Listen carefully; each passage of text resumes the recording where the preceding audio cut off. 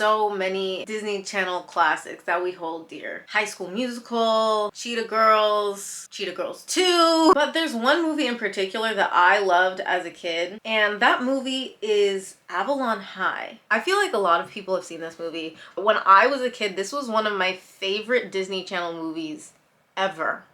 And I'm telling the truth. I'm telling the truth. Looking back on it now, it's kind of crazy. But I really, really love this movie. Now, upon reflection, did I find this movie bad, a little boring, and kind of cringe? Yes. But with a veil of nostalgia, I was taken back to my formative years, when I thought that Greg Sulkin was my boyfriend and King Arthur being a woman was the truest form of feminism. Hey guys, it's cece. Welcome back to my corner of the universe where we talk about whatever I feel like talking about, and today we will be recapping and going through Avalon High. Was it a hit like Lemonade Mouth or Starstruck? No, but it holds a special place in my heart, so I thought I'd come on here today just to yap about it. It is a tale of mystery, scandal, and intrigue. There's a lot going on in this movie, and simultaneously nothing at all. But without further ado, let's just get into it, y'all. So the movie starts out with a scene of knights fighting on horseback. There's a dark knight and a white knight, and the white knight just so happens to look like our main character, Allie, who jolts awake from a dream. Unfortunately, the twist,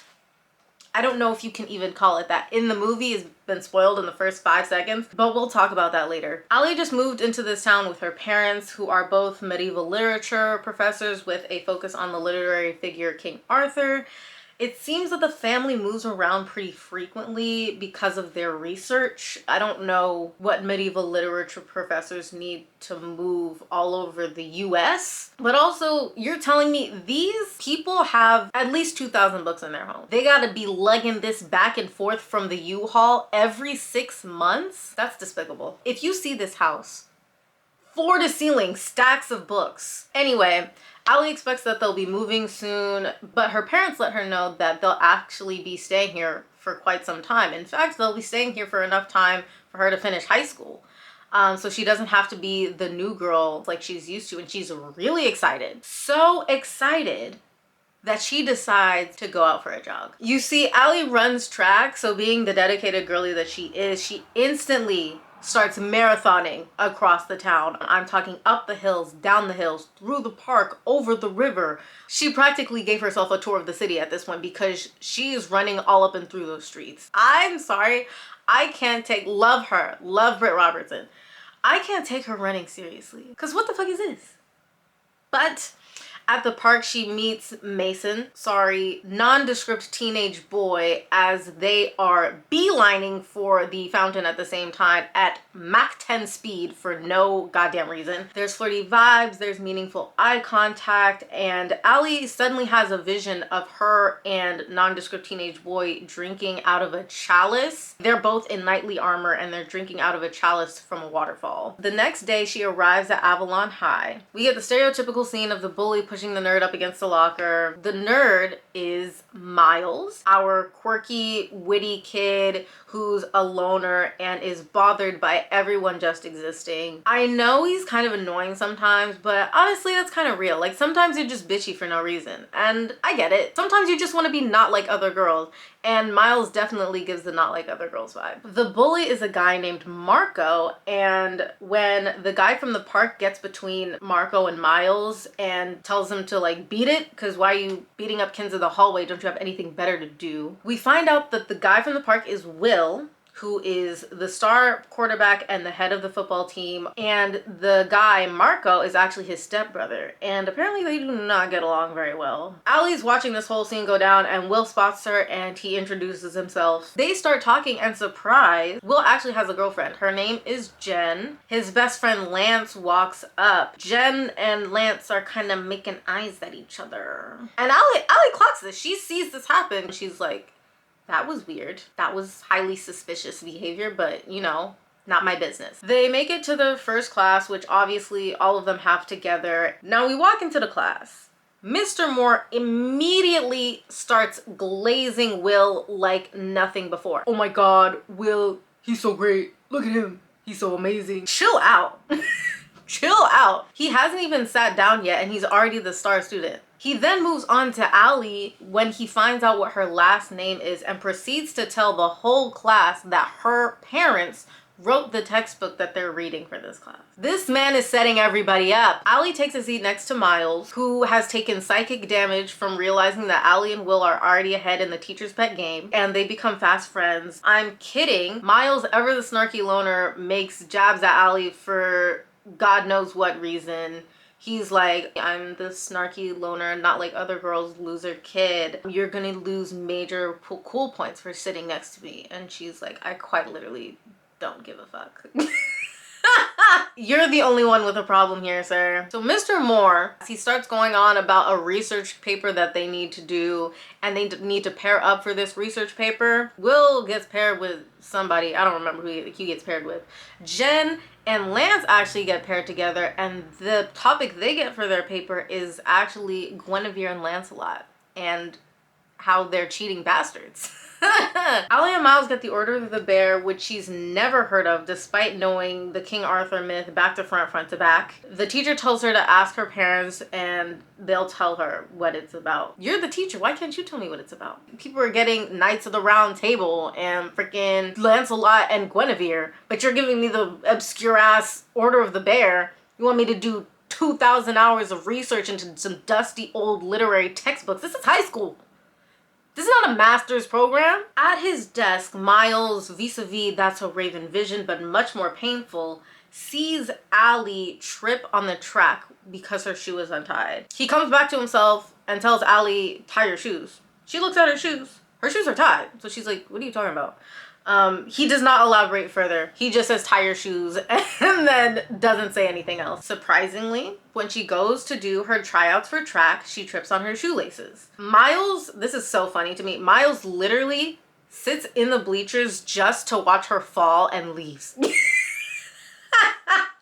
Literally, he's preying on her downfall, because what the heck? He's also in the bleachers. You could have come down there and just remind her, hey, tie your shoes. Now, apparently, she's really good at running track. She's supposed to be a star track runner, but I can't take that serious because she runs like this. Why does she run like this? While she's running, she also sees another vision of the football players while they're in a huddle. Instead of seeing the huddled football players, she sees like a bunch of knights clashing their swords in the middle. There's a lot of these medieval flashbacks throughout the film. I'm not going to mention every single one of them because they start to beat you over the head a little bit with it. A reminder that they occur throughout the movie. Allie ends up making it onto the varsity team.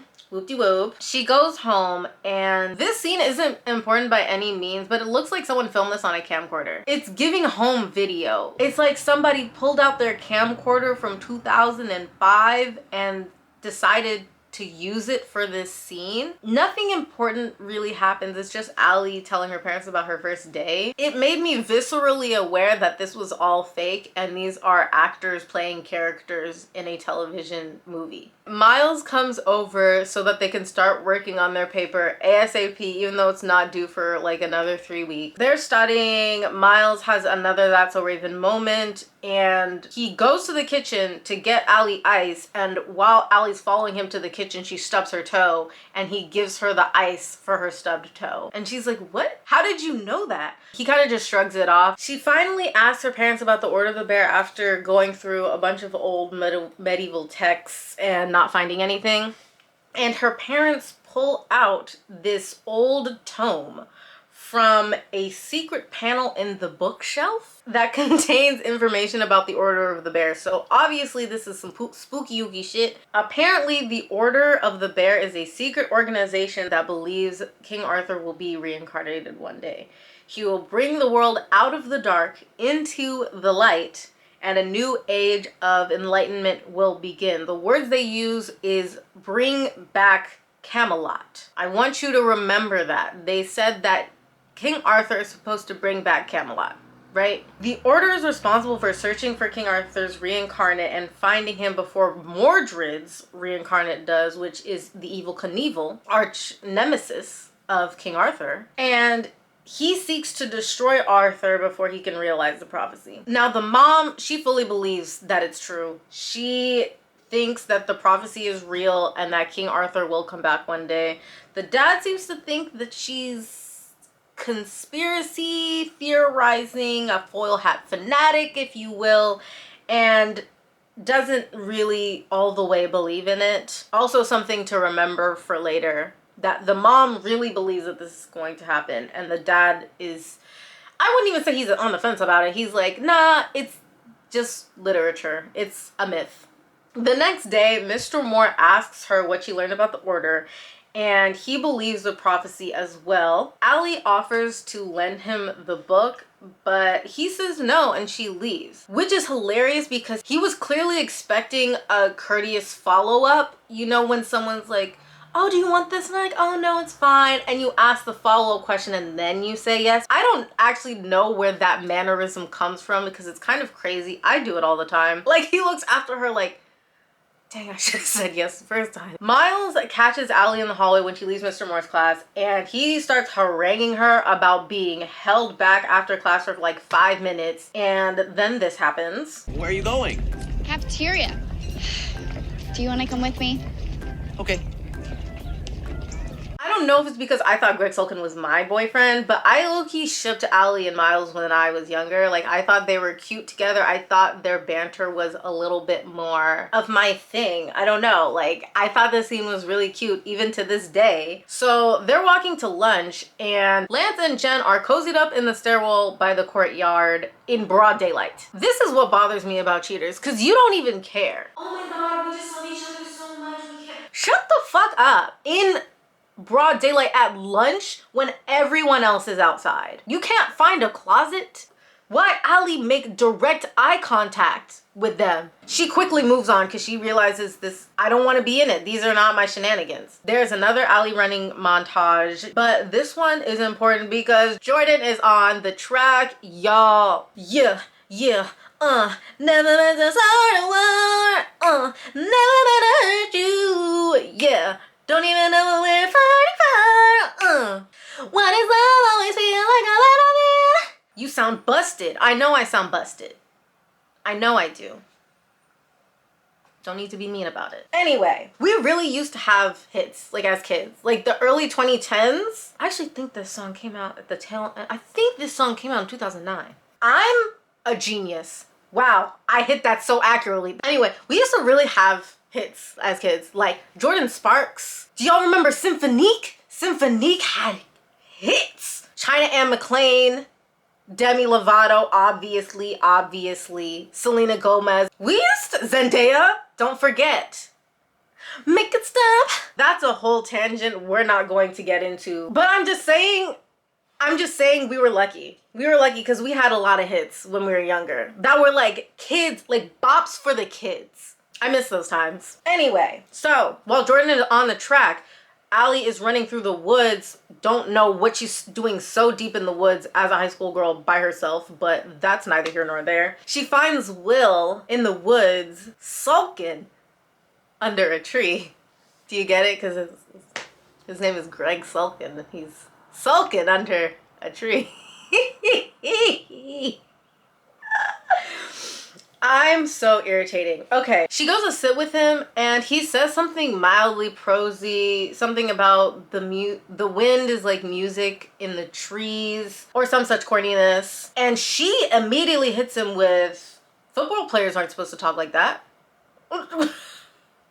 Damn, a bitch can't wanna muse a little bit, wanna pontificate in the woods? I felt so bad for him. He sits up and he says, are you making fun of me? We ain't friends like that you get to talk to me like that. He tells Allie that he's having a rough go of it. He feels like football is the only thing that he's allowed to care about. And he needs a football scholarship to get into college, actually. And if he doesn't get it, he's not going to be able to go. And Allie gives him some encouragement. It's more of a speech, really, and Will is filled with determination. They continue to walk and talk down the trail until Jen calls him. He doesn't pick up, and he seems kind of bothered by it. Doesn't seem like their relationship is doing so great. Okay, Allie, this is the perfect opening for you to just slide in there and...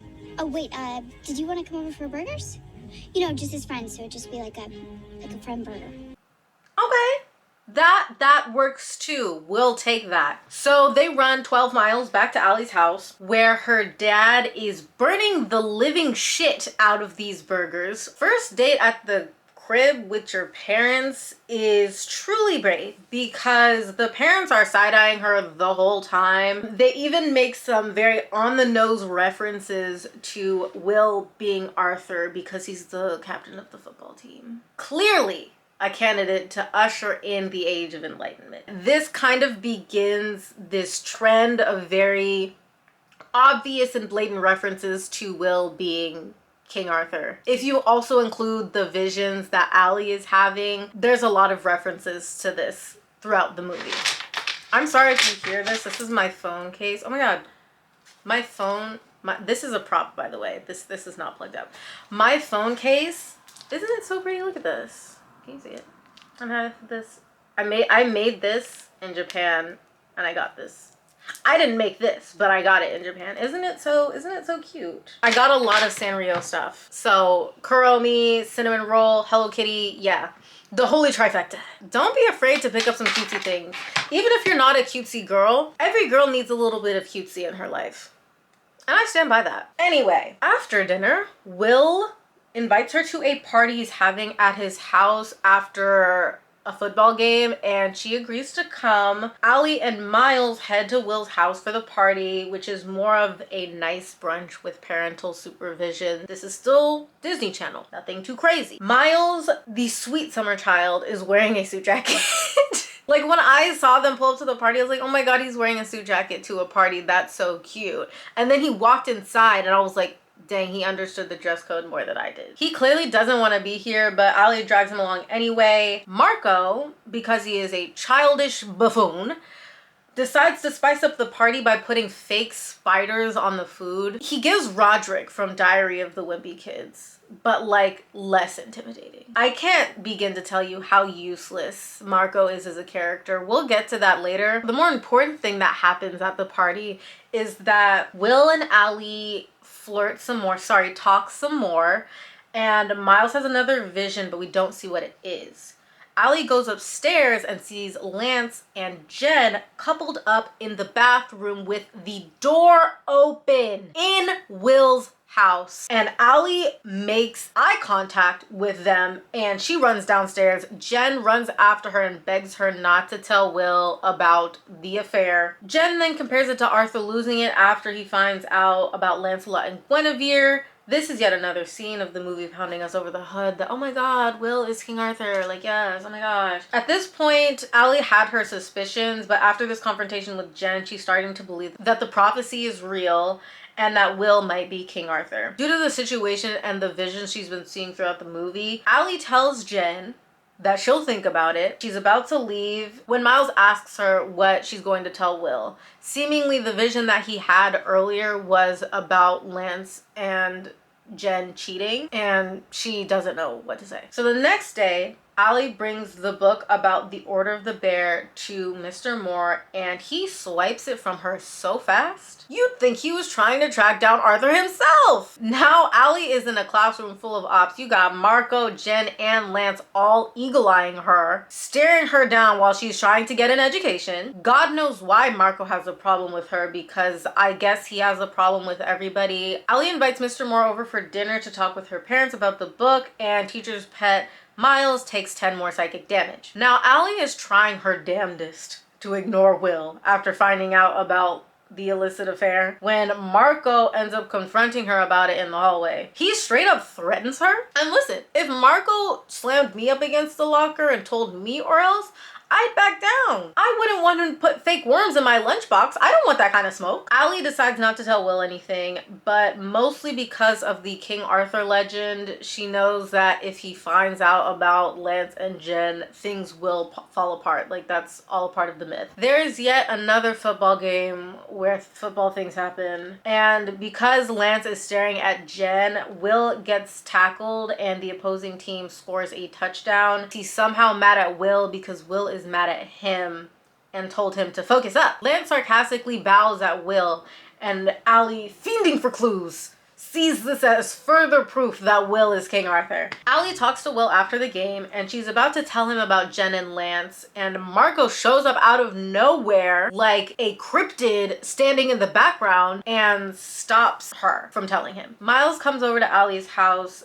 the same night, and he tells her about his psychic abilities, that he has visions of the future and has had them since he was young. He tells her that he saw the Order of the Bear has a secret page that has the reincarnation of Arthur in a one-line riddle that's hilarious. Like they split the page open and there's this little one-line riddle about how and when Arthur is gonna come back. He's meant to return when an eclipse and a meteor shower happen on the same day, which just happens to be next Friday, on the night of the big game. Obviously, the suspect for Arthur is Will, but now they have to figure out who Mordred is. Allie goes to her parents and they tell her that Mordred would basically do his best to tear Arthur's life apart before ending him. She tells them everything and they let her know that they actually moved here because of Will. These full-grown adults have stalked this child, which makes that whole dinner interaction even weirder because they already knew who he was at this point. I'm deeply uncomfortable. Secondly, remember I said that the mom believed in the myth and the dad didn't. You're telling me that even though the dad doesn't believe in the myth,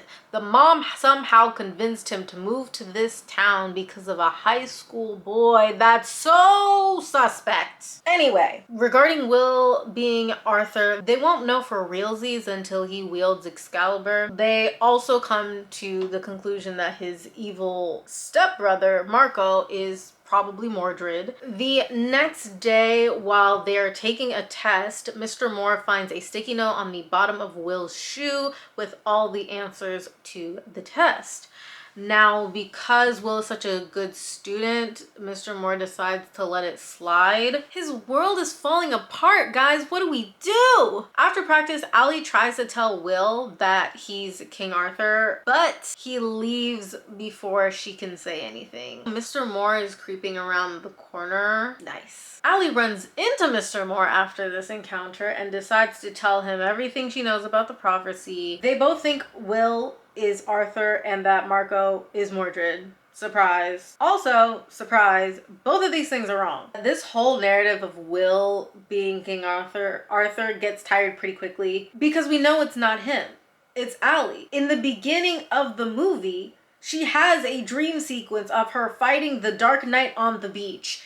Clearly decked out in knightly armor, clearly the main character, clearly King Arthur. So all of this shenanigans, up, down, sideways about trying to save Will and rescue him, the tension is kind of sucked out of it because you know that it's not him. The movie just starts to make less and less sense as it goes on. Anyway, they have science class. Marco sabotages Allie and Miles's equipment and it explodes. His behavior makes no sense.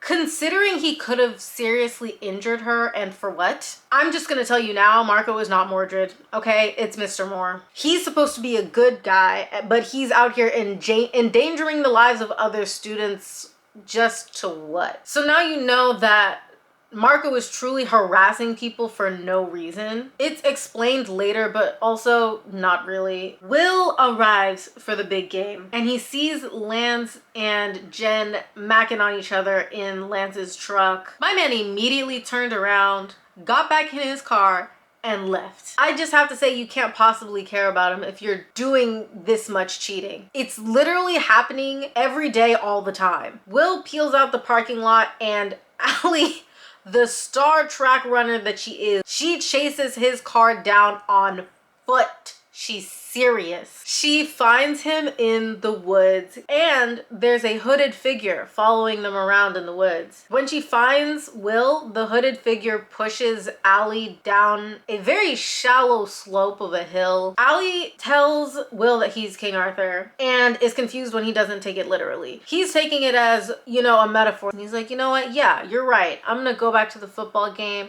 and, you know, I'm gonna be the big man on campus and, you know, take us to victory. Football happens for the 40th time as Allie and Miles watch from the stands, worried about the prophecy because remember the eclipse and the meteor shower are supposed to happen tonight.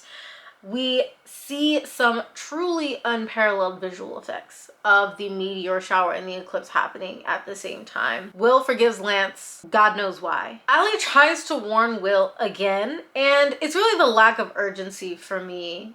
The dark ages are upon us and y'all are lollygagging. Will disappears and nobody can find him, so Allie and Miles go looking for him and they find Marco outside the school theater. Lay it down like one of these. They go in. Will is on the stage. Allie tells Will everything, including that Marco is Mordred. But it turns out that Marco is not Mordred, that Mr. Moore is Mordred. OMG. Marco comes back in and shoves Mr. Moore. And if you're wondering why Marco was such a bitch this entire movie, it's because he's actually a part of the Order of the Bear, and he was trying to get on Mordred's good side by being a bad boy. If that leaves you confused, you're not alone, because this didn't make sense to me either. Nothing Marco did prevented Will's life from getting messed up, because the way it sounded, it made it seem like in order for the prophecy to take place, in order for Mordred to succeed, he would first have to ruin King Arthur's life and then kill him.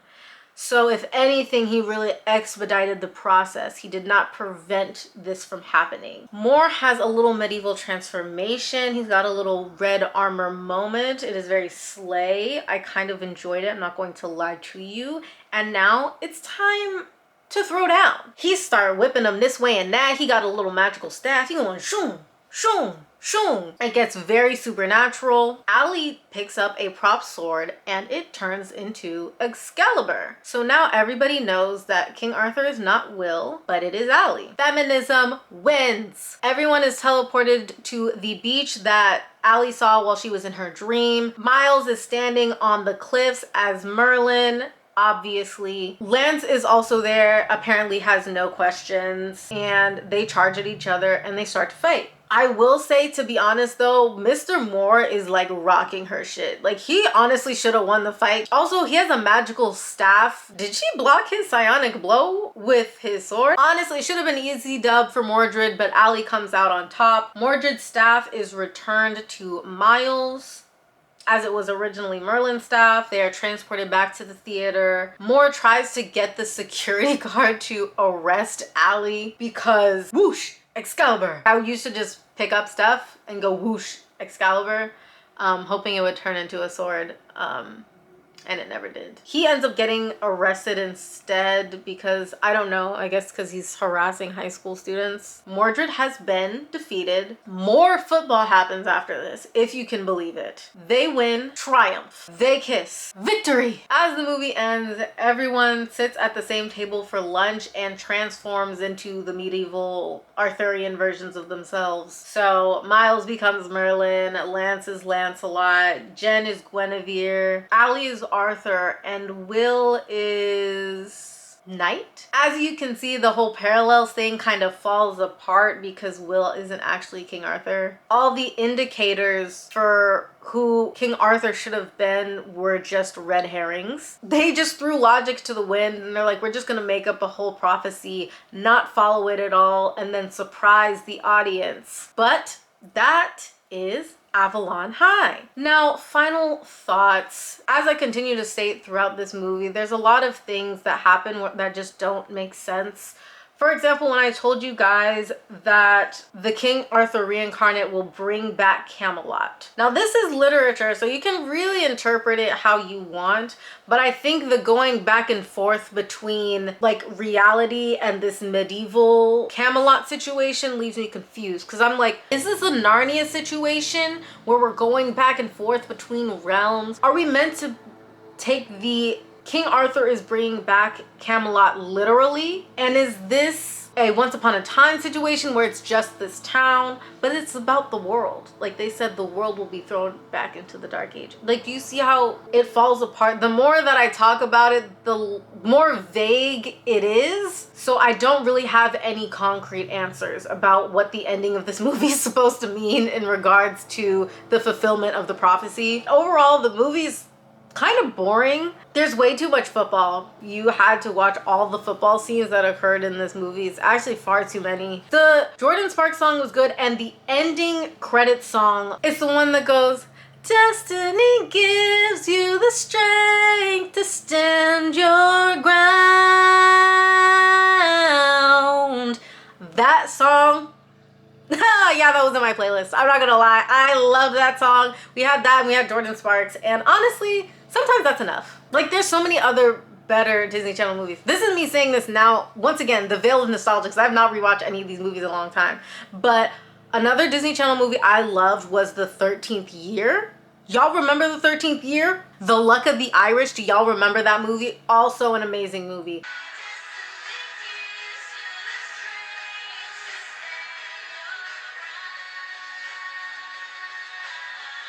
I'm glad I rewatched it. I enjoyed it for what it was. But if I was in the mood to watch Avalon High, I'd rather just go watch Sorcerer's Apprentice. Just go watch Sorcerer's Apprentice and have a good time.